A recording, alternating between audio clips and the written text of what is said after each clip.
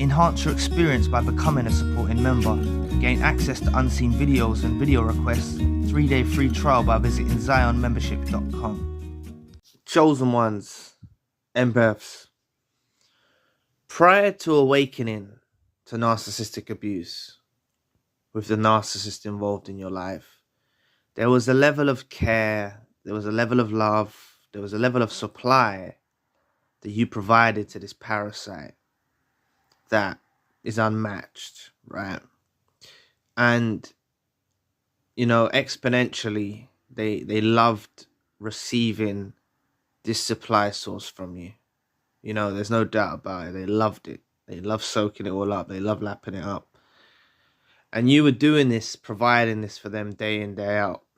And the thing is eventually on every chosen one's journey, empath's journey,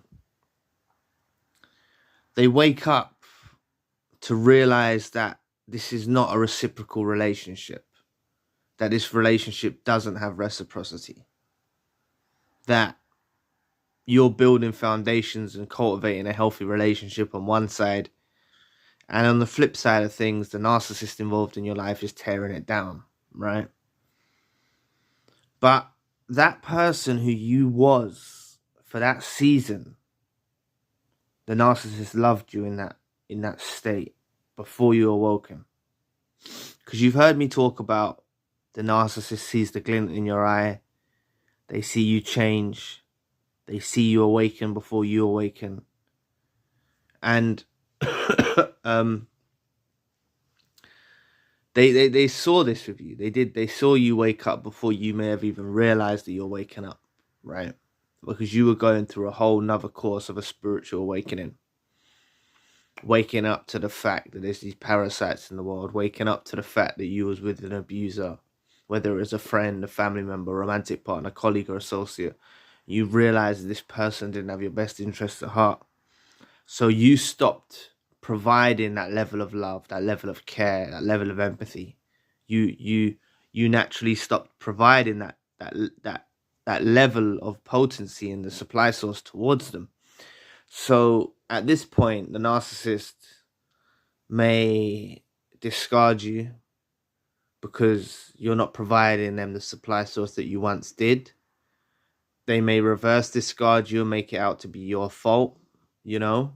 Or maybe they start becoming so toxic because you're not providing the supply source and you end up cutting them off. But either or, the narcissist goes on this journey to find your replacement, right?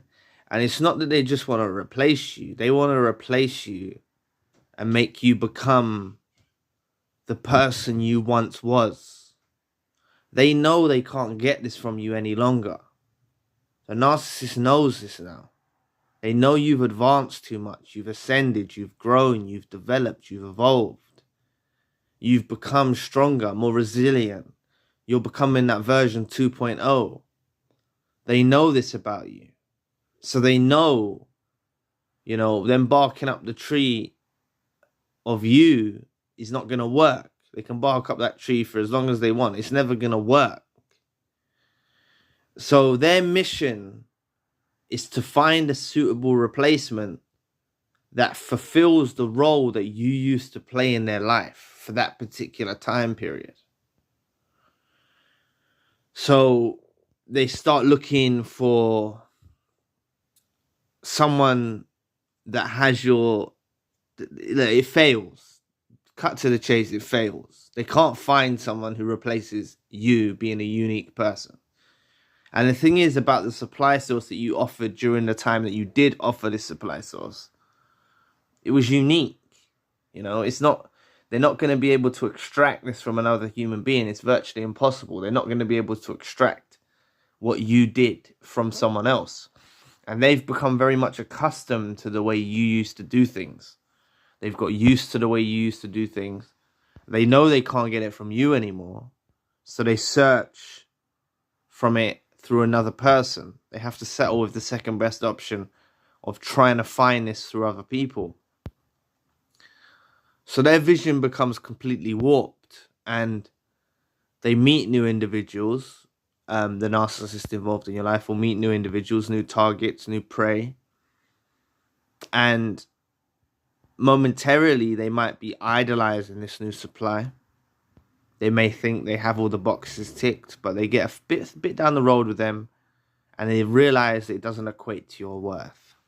So they might discard that new supply. They might cling on out of desperation to this new supply because they can't face being alone. Even though they're not getting the potent supply that you once gave, they may just settle in this dynamic because they're afraid of being alone. But they'll still be on the lookout, right? This is a lifelong mission for the narcissist. It's a lifelong mission.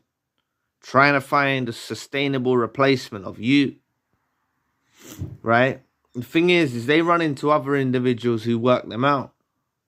Maybe other individuals weren't so naive compared to how you was, right? Maybe they're not so naive. And I'm not calling you naive, but through your empathy and you seeing the best in everyone, you failed to see the red flags at the time when you was involved with them, right? You wasn't awakened to narcissistic abuse. You didn't have your discernment switched on. You didn't realize people operate with a mask. It's natural. But other people might see through them. So they run into their fair share of people that see through them and see through their games as well. They will run into people that know what they're about, right? The person might not know they're a narcissist, but the person might just somehow be like they're toxic as hell and realize that this narcissist that was involved in your life is toxic as hell. Person might not want nothing to do with them. But that's just another failed attempt. And the narcissist relentlessly goes through person after person or either clutches to one particular supply. But a lot of them will go through cycle after cycle of person after person, trying to find your replacement through someone else. And it's just never going to work. They're never going to be able to find your replacement through somebody else. It's very unlikely they're ever going to find your replacement, especially through someone else. And this is what brings back the memories of you, the memories of what you used to do, the re-idealization of the former supply. This is what the narcissist goes through. They begin to re-idealize you. They begin to realize everything you've done. And like I always say, a narcissist doesn't appreciate you when you're there. A narcissist appreciates you when you're gone, when you've woken up, when you don't want to be in their life no longer.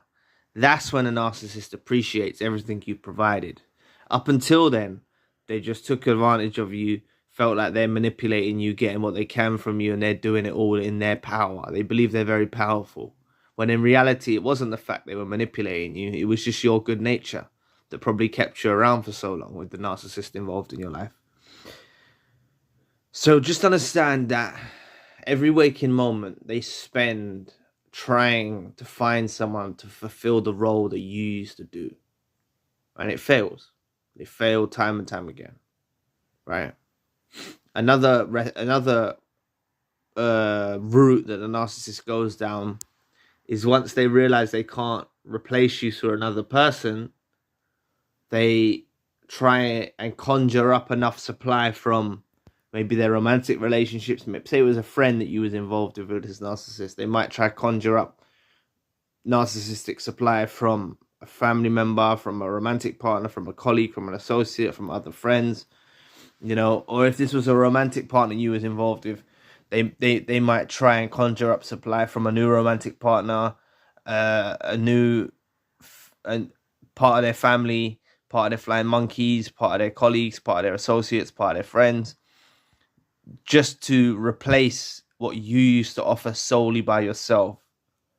And that doesn't work either because they was getting a potent supply source from one place before. And now they're having to go to different outlets to try and compensate the absence of your supply, the loss of your supply. So this is all they see. All they see is you when they see other people. All they have is reminders that these people don't live up to the expectations that you provided. All they have is reminders that these people are not on your level. And this is what runs through the narcissist's brain. They know that these people they're entangled with are not on your level, will never be on your level. And this narcissist involved in your life is on a lifelong journey trying to find your replacement. And ultimately, they fail at this attempt time and time and time again. So anyway, thank you for watching today. Please press the like and the subscribe button. If you'd like to donate to the channel, you can find the link in the description box. If you'd like a one-to-one session with myself, you can also find the link in the description box. Currently, I've got the secondary channel, the spiritual channel. Enhance your experience by becoming a supporting member. Gain access to unseen videos and video requests. 3-day free trial by visiting ZionMembership.com. So anyway, I'll be back with another video soon. Peace.